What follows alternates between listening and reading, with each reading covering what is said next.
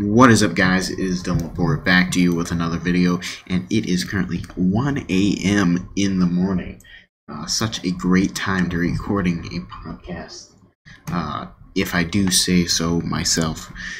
This is the 14th Monday morning PlayStation podcast, and we're on a roll. And I got to apologize for missing last week's Monday morning PlayStation podcast. I could not make it because of exams and essays, and oh my god, yeah, that was last week was a toughie, but but I made it through. I made through it. Made it through. Yeah, I guess so. But I hope I get good on the exam. So far, so good. I got an A and a B on one exam. Everything on my end is great. Hopefully, a little worried about the introductory to psychology, but we'll see about that. But so far, college has been going great. Everything's moving fast, and I like it. I'm keeping up with it, which is a good thing. Always studying, always preparing, always doing over class. Just my Mondays. If I hated Mondays, so you're lucky this is coming out on a Tuesday, because if I hated Mondays, these wouldn't come out because of the work I do, and I'm always working, and especially here now, I'm always working, and you might have seen more random, I'd say random essays or articles on my WordPress account, because my WordPress account, I'm building a portfolio essentially of the stuff I'm doing during class and at class, and assignments that I'm doing. I did this kind of before in high school, where I just posted something I like, or like a lot of people liked, I posted on there.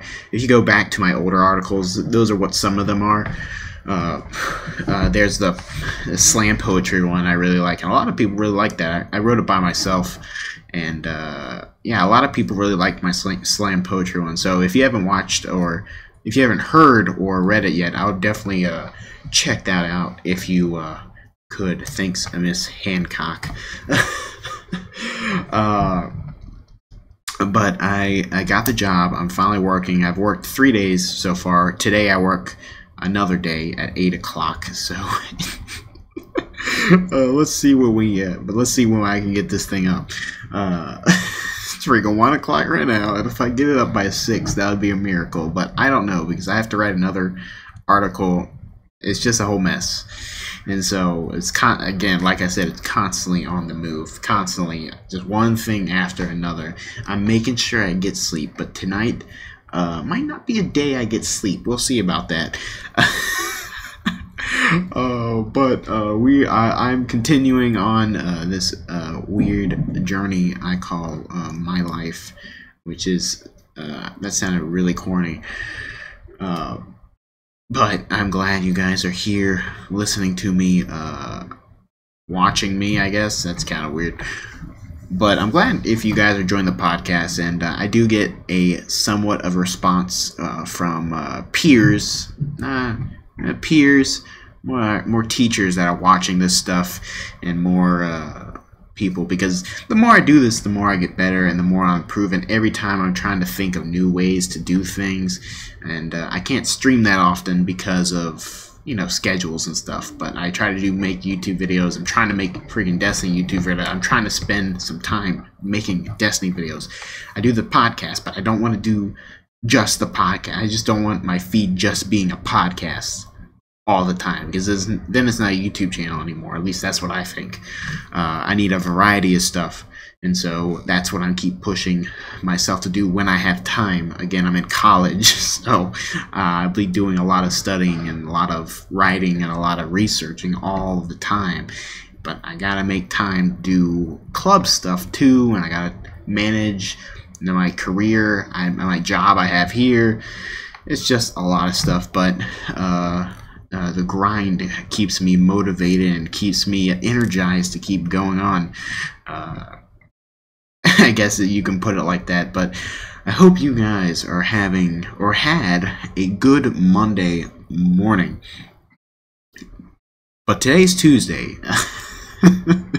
So we'll see what happens. But in case you guys didn't know, I'm Dylan Lepore, and this is the Monday Morning PlayStation Podcast, each and every week on Monday, hopefully at 6 a.m. Eastern Time. A new podcast is released on YouTube and other podcasting services. Find the MP4 on YouTube at youtube.com/c/Dylan Lepore, and find the MP3 on SoundCloud at soundcloud.com/Dylan_Lepore. Also, I'm on iTunes.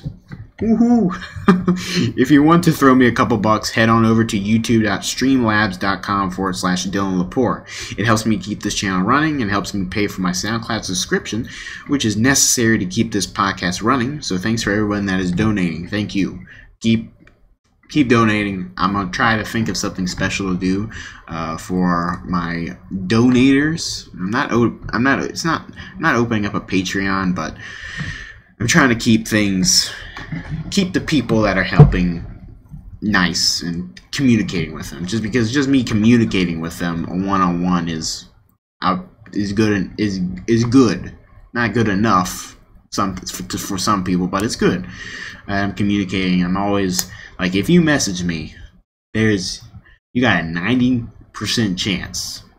100% chance. Let's make it 100% chance. I don't know why I'm trying to lower it down, but you have a 100% chance, like Instagram, Twitter, anything. Google Plus. You can even message me on Google Plus, and guess what? I don't know how, but I'll respond to you.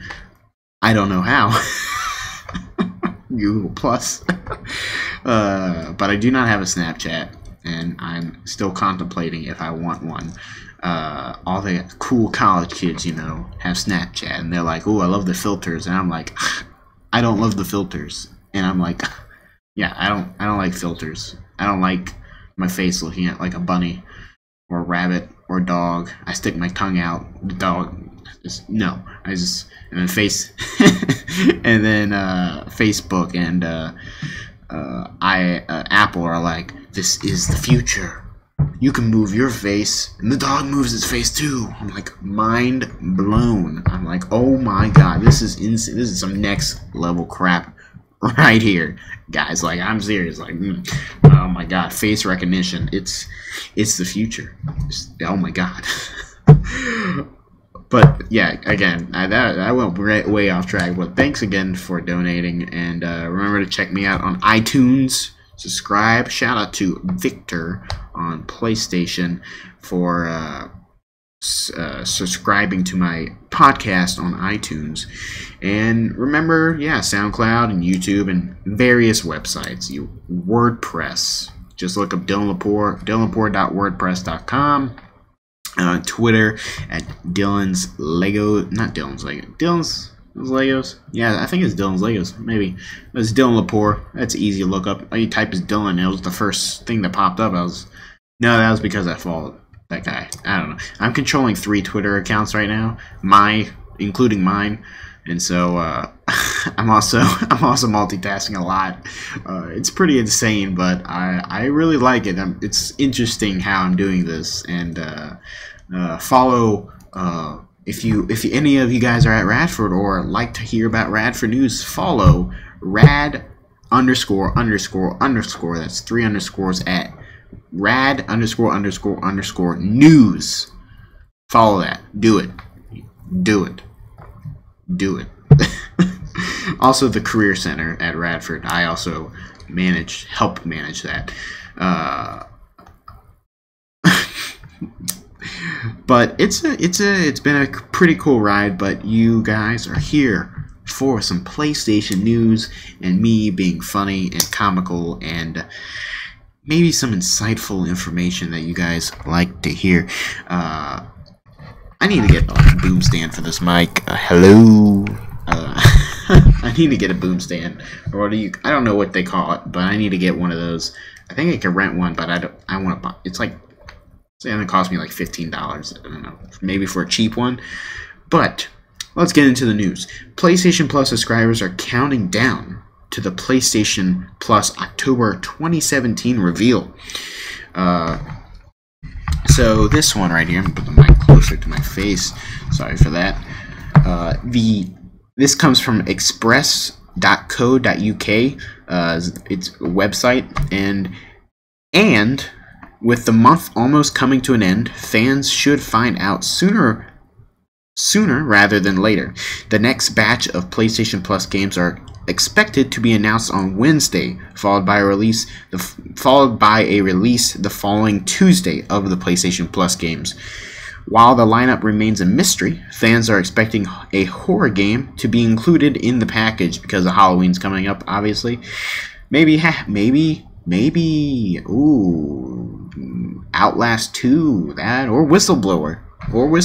Come on, give us a Whistleblower. I haven't played Whistleblower yet.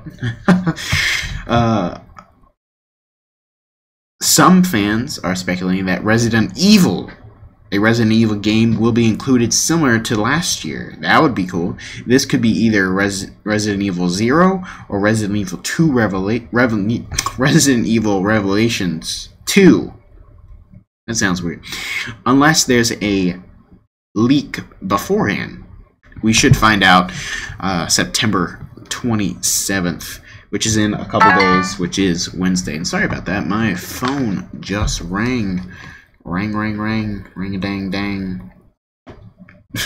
But I'm excited, and October's coming up. So there's also I just posted a Q&A for a class, actually, today. It's for a class. Hopefully I get a good grade on it, or good.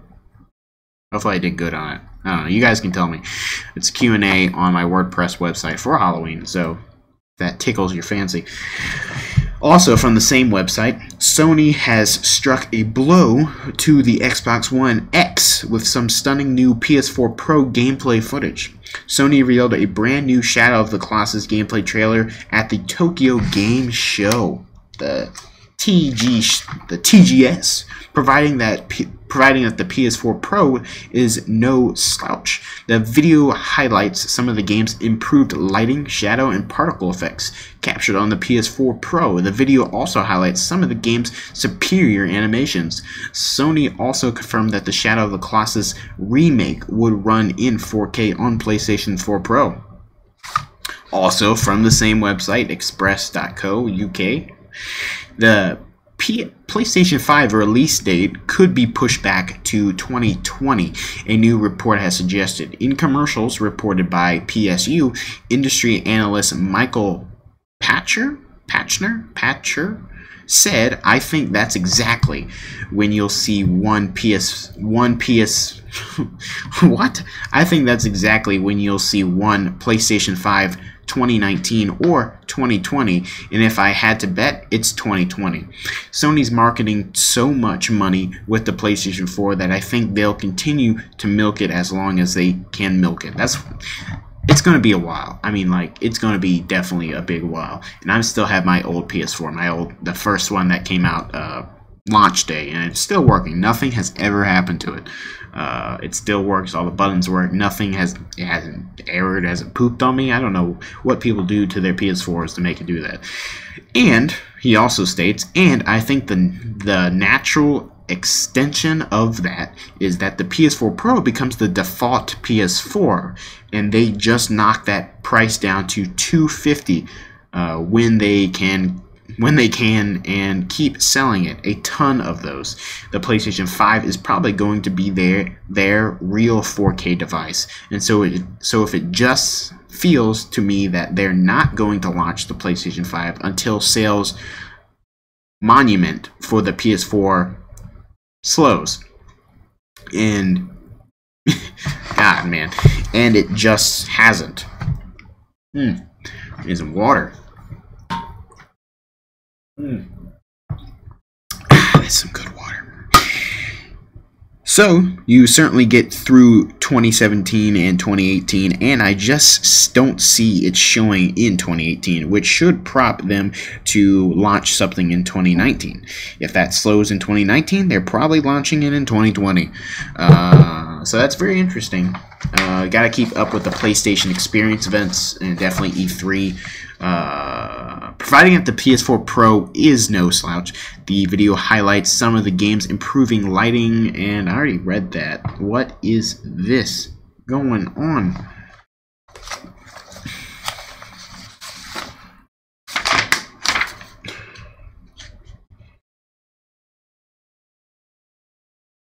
Sony reveals.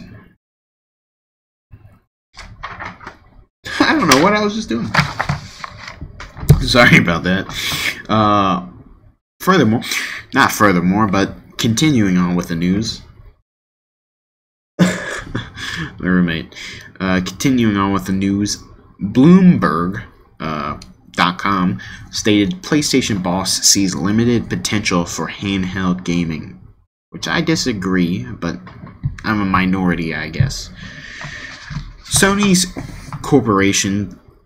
Corp's gaming chief Andrew House, you know, the man, sees limited global potential for handheld gaming in the age of smartphones, saying that the company doesn't have any concrete plans to take on Nintendo's Switch. The Nintendo device is a hybrid device that is a different approach and strategy, House said in an interview at last week's Tokyo Game Show. We have not seen that as being a huge market opportunity, he said, referring to handheld gaming outside of Japan and Asia, when Sony still sells the Vita portable device. Sony's focus for now is to deliver more products and services for the living room, including virtual reality and non-gaming entertainment such as TV shows and music, with the PlayStation 4 console serving as a key digital entertainment hub. Although Sony has been selling portable gaming machines for more than a decade, they haven't caught on, and no updates for the Vita were announced at the show. Since taking the helm in 2020, Chief Executive Officer Kuza Hira, sorry if I said that wrong, has pushed the Tokyo-based company to be more focused on fewer products.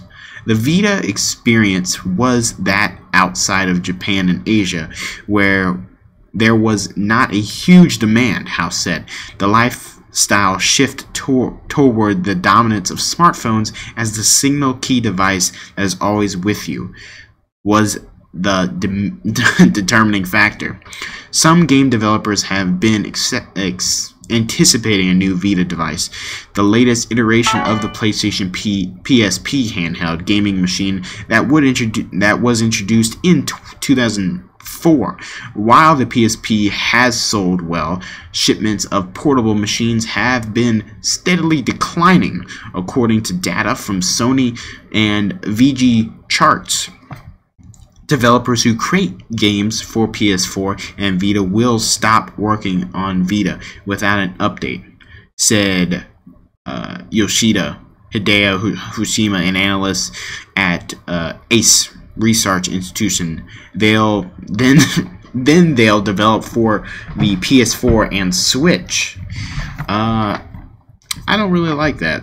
Developers who create games for PlayStation 4 and Vita will stop working on Vita. I don't like that. I don't really like that at all. Stop working on Vita. I don't think so. I hope they don't. I don't believe that, because I don't think I can believe that, because you can. Nintendo has a problem. I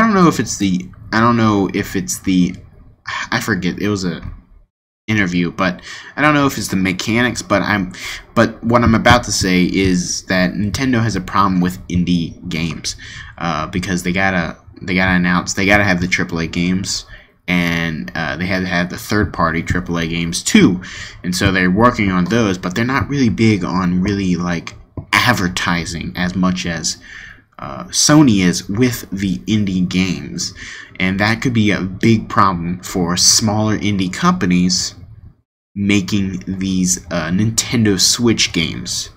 Now, what I mean by that is that these smaller companies won't be able to profit because nobody notices or sees their game, and Nintendo doesn't give any opportunities to show your game unless it's like a big AAA game.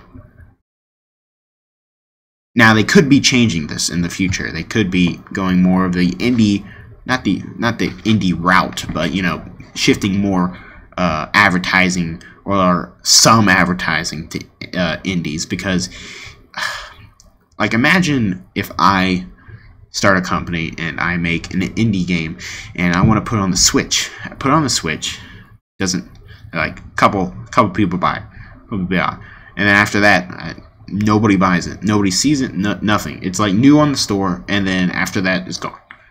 It's not because it didn't get popular, or people were like, maybe, imagine if people liked it. So imagine if people really liked the game, but after that the sales started to decline and become non-existent.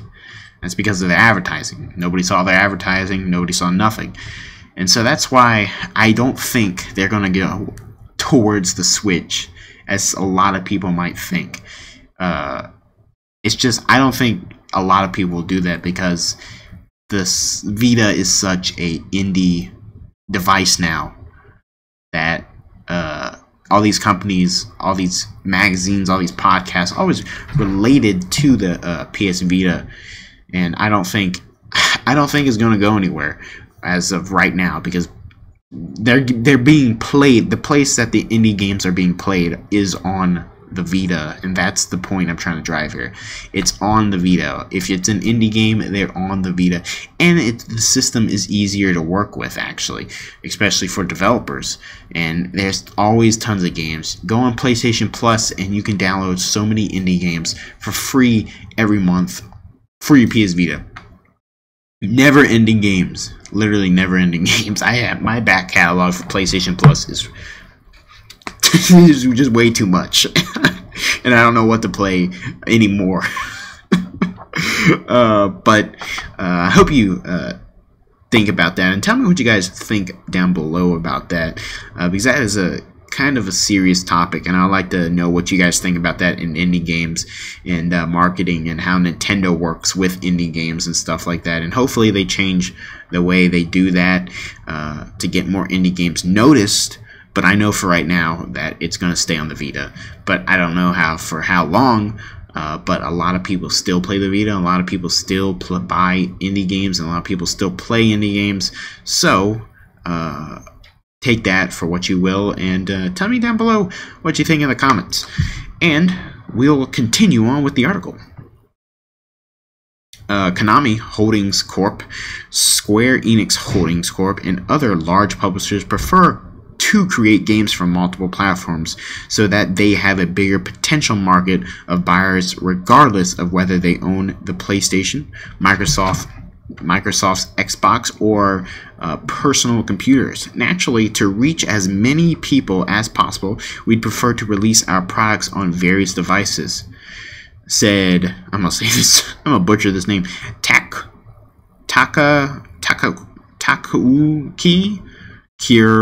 Kuromanda, a spokesperson for Konami's video games part section. Games are becoming multifaceted and being played in various ways at various places. House is essentially betting that smartphones are well on their way to becoming the main portable gaming platform for most people. That's why Sony last year established its own studio to create mobile games. The unit, called ForwardWorks, is doing fantastic, House said. That's why Sony last year established its own studio to create mobile games. I remember PlayStation Mobile. Remember when they canceled that too? Oh God, I gotta look into that. Remember Framework? Remembered ForwardWorks. Remember that name? ForwardWorks. It's a Sony portable device company. Portable for apps and stuff. That's what I'm suing. With the Switch, which debuted in March, Nintendo is betting that there's going to be a robust market for a hybrid console portable gadget that lets people play games in their living room or on the go. So far, it's been a success, with sales on track with the Kyoto-based company's forecast, and helping to add about $21 billion to its market value this year. Sony shares are up 25% this year, while Nintendo has surged 64%. The Topics Index has climbed 10%. Sorry, this is getting a little bit technical here. Still, the verdict is out on whether the Switch will become a mainstream device. So far, though, House says he hasn't seen any signs of the Switch having an impact on Sony's sales of the content or hardware. That draws me to the conclusion that they've really been addictive to the business in the last year or so, House said. The folks at Nintendo have their strategy, and that's great. We remain focused around a highly connected gaming experience, and also coupled with having a great range of other entertainment experiences so you can reach multiple people on the big screen and in the household. Always good to reach... I don't know why I'm saying that, but it's always good to reach more people. The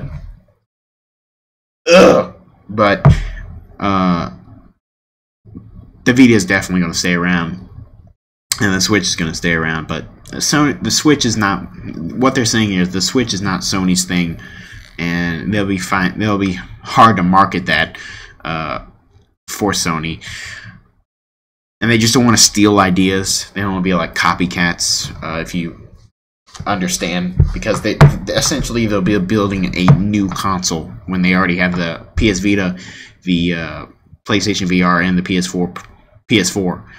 And if you count the PS4 Pro as another console, then there you go. And if you count the PlayStation Move as a console, so there you go.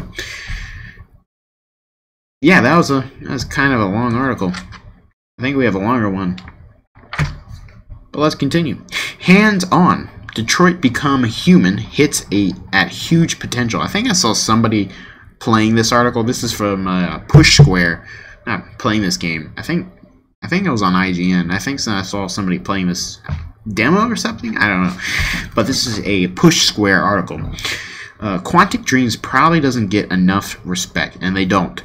While the developer's body of work can quite easily be criticized, the studio deserves credit for building big-budget blockbuster experiences that venture outside of the ordinary boundaries we expect from this industry, and creating an eternally new narrative-driven genre in the process.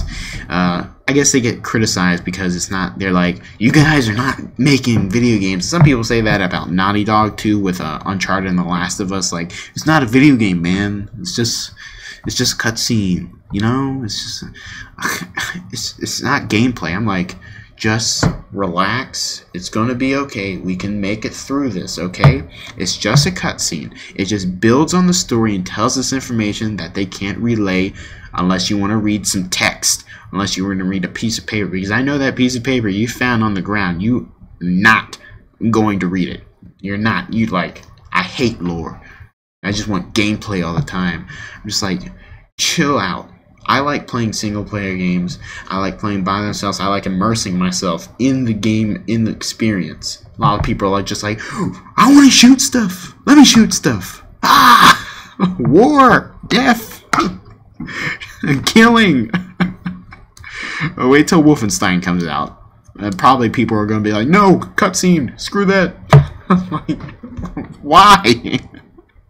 I'm like, what's the story? I'm like, I don't care about story. I'm like, then go play an infinite runner. I'm like, if you don't care about story, go play Tetris or Tic-Tac-Toe by yourself. Oh, God, man. Anyway, back to the article.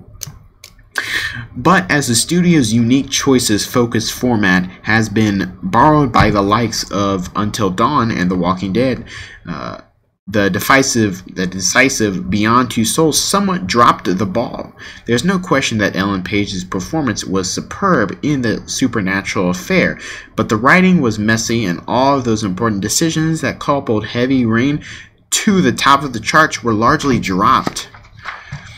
I don't know how I feel about that statement, but I felt Until Dawn was a really good game, actually. Detroit Become Human is David Cage's et al. refocusing on what the studio does best. Having spent a good 15 minutes or so with the title, this is very much what you'd expect from a Quantic Dream game. It controls very deliberately with static camera points scattered around each environment. Gestures are used to interact with objects, while the face buttons are leveraged for different dialogue decisions. It's cumbersome without question, but if you've played one of the developer's games before, you'll know exactly what to expect. That's not to say that there's nothing new going on. Of course, our demo centers on Connor, an emotionless android, and one of the three primary protagonists in the game, set in a future where robots are hired by humans. He's come to investigate a disturbance in the Force. No. It's a very bland plot premise, in our opinion. Disappointingly so, when you consider the studio's penchant for telling wholly unique tales foreign to the gaming industry. But the demo, to its credit, is superb. There's a lot of environmental world building as you exit a lift and enter a tense hostage scenario fraught with panic and anxiety. Fraught with panic and anxiety. You gotta read that with prominence. Yes. The over and under is that an android named Daniel the android, is about to be replaced by his owners, and he's not taken the news very well. As you arrive on the scene, he's standing on the balcony of a very large apartment block, and he's holding a young girl over the edge. Your job, as Connor, is to resolve the situation, and how you do so is entirely down to you, the player, the user. Tron. There are two parts to the demo. Really, the investigation and the resolution. Searching the house can give you clues about the suspect, and these help you in your negotiations atop the roof. Of course, you can skip all the detective work entirely if you choose. It's up to you. All these things play a role in how the plot unfolds. The tension when you're talking down Daniel is absolutely brilliant. Helicopters hover overhead while rain lashes down, and the whole scene is wonderfully orchestrated. The direction is superb, with Quantic Dreams constantly cutting to the right cameras to give you perspective of the scenarios of the situation. Visually, the presentation is absolutely absurd. Its greatest graphics ever kind of stuff. Its greatest graphics ever kind of stuff. What? But the most important part is how the scene can unfold in a multitude of different ways. Are you able to garner the android's trust? Can you get the kid to safety? Do you choose to empathize with the aggressor, or put him out of commission? Apparently there are 6 different endings to the demo, and between us as an editorial team, we saw 3, one of which ends Connor's story entirely. Boom, boom, boom. It's promising stuff. Then the danger with Quantic Dream is whether it can sew everything together, and keep the stakes high throughout. Don't forget that even Beyond Two Souls has some brilliant individual scenes. However, if the entire game is representative of this vertical silence, then we could be looking at a real return to form for one of this industry's most ambitious and diverse developers.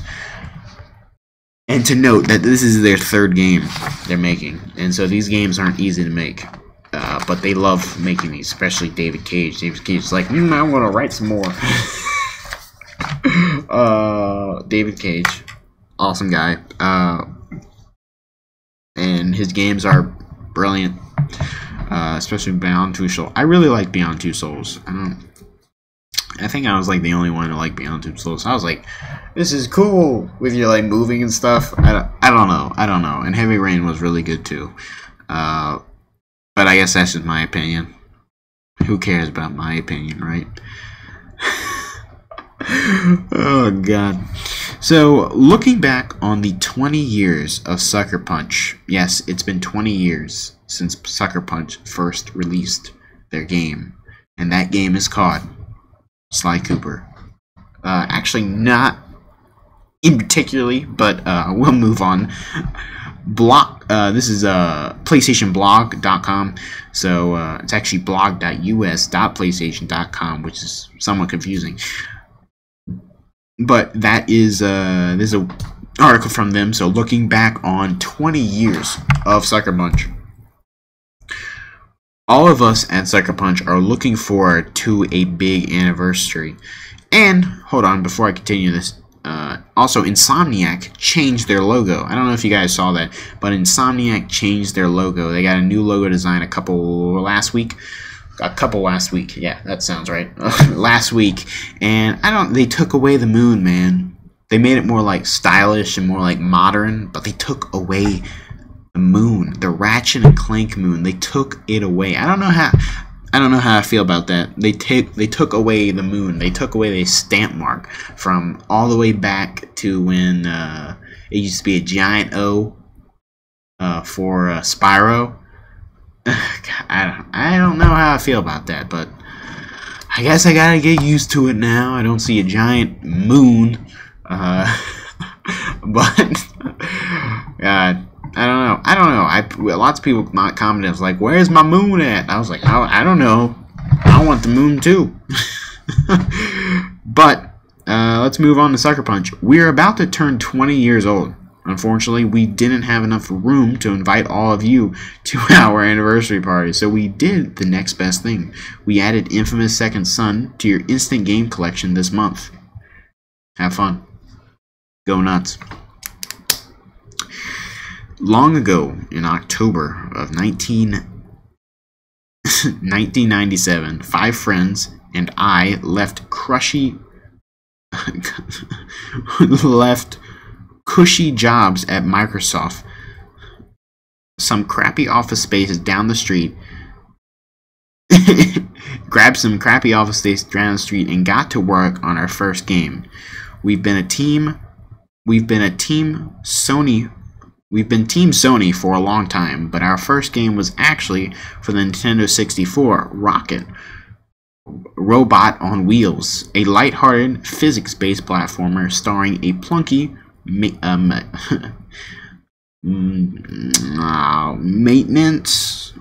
maintenance robot who has to rescue a theme park from the dastardly clutches of a criminally minded raccoon. Hint, hint for their future games. After 2 years of hard work, a smattering of critical success. They use some big words right here.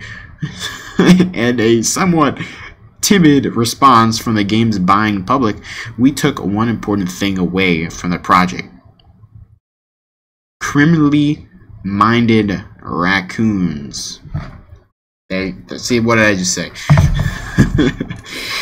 And that led us to the first game in our long partnership with Team Sony, Sly Cooper and the Thievius Raccoonus. That trilogy is one of my favorite trilogies of all time, next to Spyro and Ratchet and Clank, and just the list goes on. Not really Jack and Dexter. I never really got into Jack and Dexter as much as I got into Spyro, Ratchet and Clank, and Sly Cooper. God, I feel like playing Sly Cooper right now. But I really like. I know a lot of people are gonna be different with this opinion, but I really like the third one. I really like the third one. I just really like.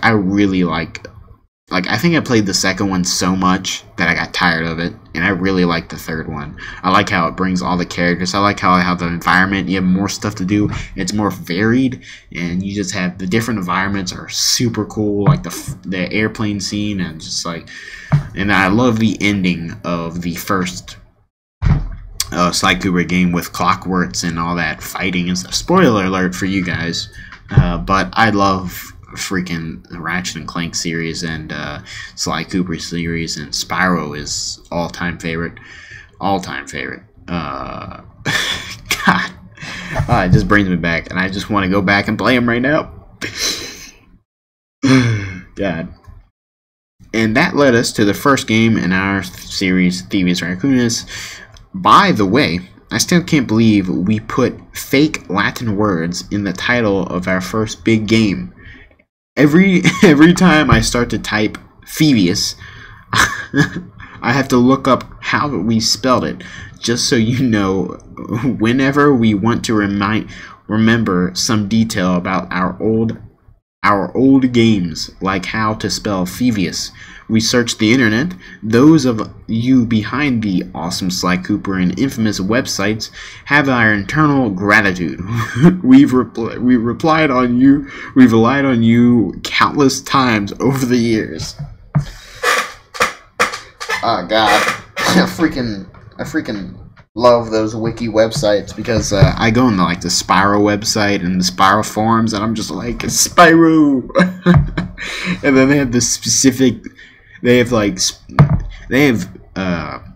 websites that go down to the most minute detail, minute thing about a game. You can pick a game, and there's probably going to be a wiki somewhere about it, and a group of people talking about that game, even if it's freaking old. Like, I mean freaking old. People are still talking about it. Working on the Sly games was tons of fun, but if you make a game for kids about a master thief and his friends pulling off crazy heists, you can't help worrying that the message you're sending to the youth of the world is, hey kids, stealing is cool, which would be the worst public service announcement ever. Eventually we decided that Sly was such a skillful thief that he only steals from other thieves, and explained this rule in the first 5 minutes of the game. We crossed our fingers and managed to not trigger a tweener crime wave. So he only steals from other thieves. First 5 minutes of the game. Good to know. We're proud of this. We're proud of the first Sly game. It's still fun to play 15 years later, but sometimes we succeeded despite ourselves. During development of Sly, we held off on building the Panda King world, the first level players encountered, until the end of development. We figured after designing and building 3 other worlds, we'd be really good at it, and we wanted the first world people played to be exceptionally good. So that's what we did. We built the first world last. Then after it was done, we held a focus test with real players, and it was a complete disaster. No one could make it past the first level. We'd been playing the game for years, so we thought the tricky jumping and sneaking techniques we'd added were great, but new players were completely lost.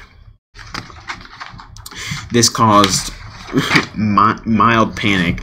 We were only months away from shipping the game and didn't have enough time to fix all the problems with the first world. Luckily, inspiration struck. With a little bit of improvisation, we could change the order of the worlds, and that's what we did.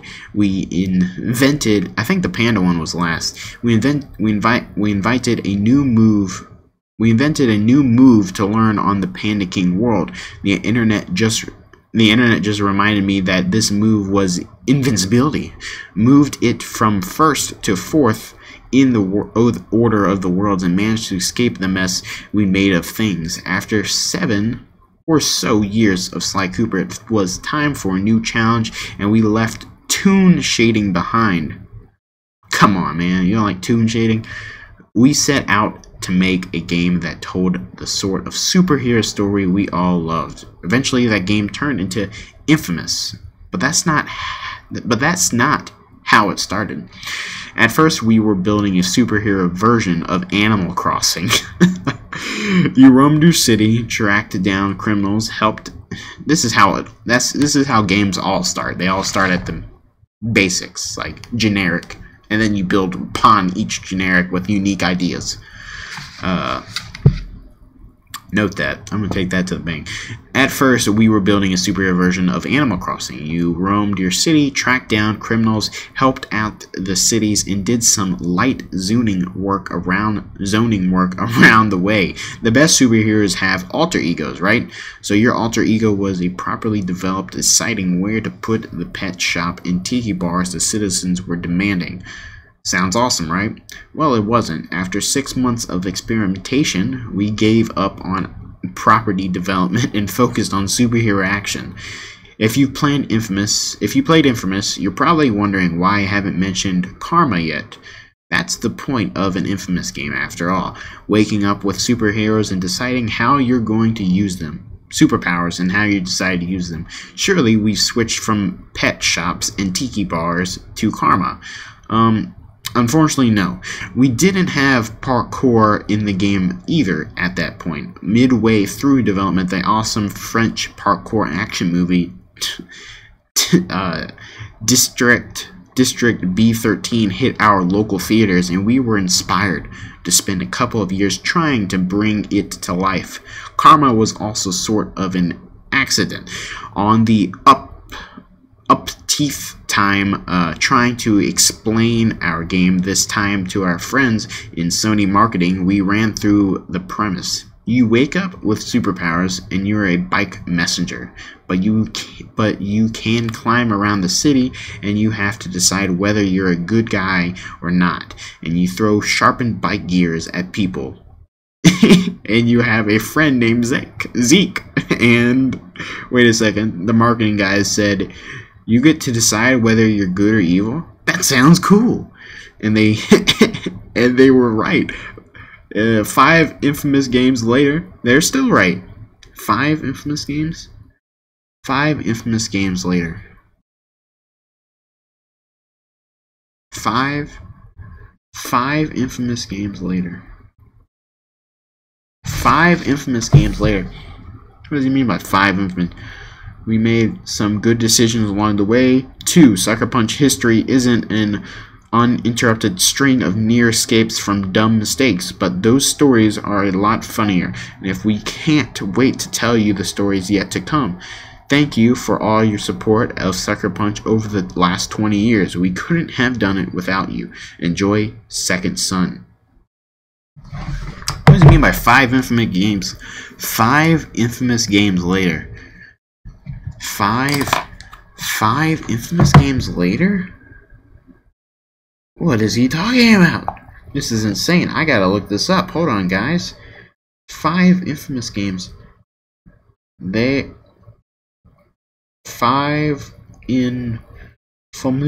infamous games later. This is insane. Infamous games. 5 Infamous games. I did not know there were 5 Infamous games. Maybe it's the DLC. All 5 ranked.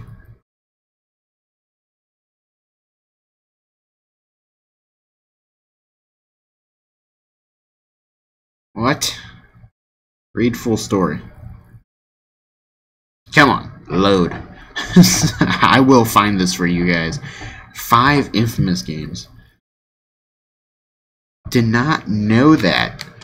But after this, we'll be talking about the new releases of the week. So, alright guys, I'm back, and so I was definitely right. So it was the DLC that they're talking about. So Infamous 2 Festival of the Blood, there's that, and then there's, of course, Infamous, and then there's, what's the next one? I think it's maybe, yeah, Infamous First Light. So Infamous, okay, so Infamous Festival of the Blood, Infamous, so there's Infamous, Infamous 2, Infamous 2 Festival of the Blood, Second Son, and then Infamous First Light.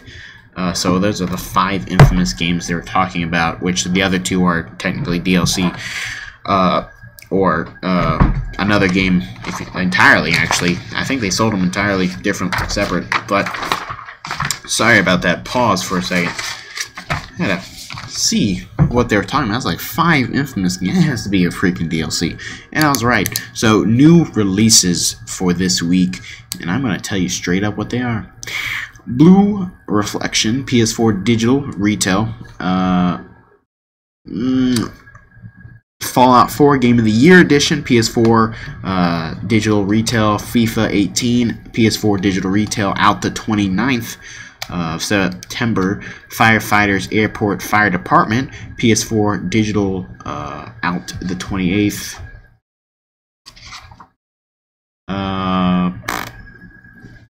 The Girl and the Robot Deluxe Edition, PS4 Digital, out the 29th.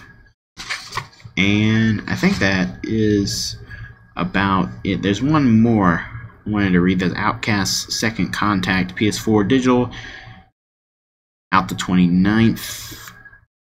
Ninja Showdown, it's almost like meta. It's ninjas playing ninjas. PS4 Digital, out the 28th. Pinball FX3, PS4 Digital. SteamWorld Dig 2, PS4 and PSVita Digital Cross-Buy. And Voltron VR Chronicles, PS4 VR. And that is it for the releases that I cared about. The rest you can read on the PlayStation, sorry about the light, PlayStation blog, if you choose to do that route. But I guess we'll end the podcast here because I gotta go do stuff. You guys gotta go do stuff, and I hope you guys enjoyed your morning.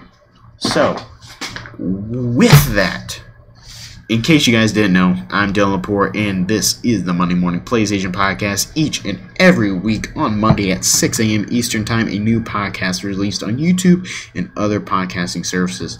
Find the MP4 on YouTube at youtube.com/c/Dylan Lepore, and find the MP3 on SoundCloud at soundcloud.com/Dylan_Lepore. Also, we're on iTunes.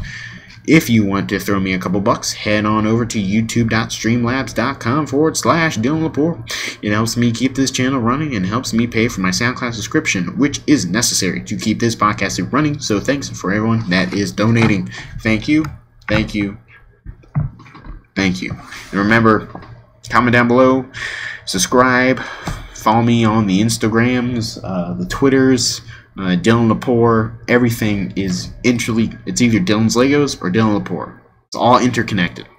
Go to aboutme.com, Dylan Lepore. You can get all the links there. My WordPress. Everything you need to know is just a link away, and they're all linked together, which is.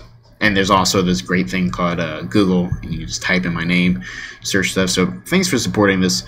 Thanks for watching this, and thanks for listening this Tuesday. Actually, sorry about that for not releasing it yesterday, or if you heard about this now, it doesn't really matter. But with that said, this is Dylan Lepore signing off.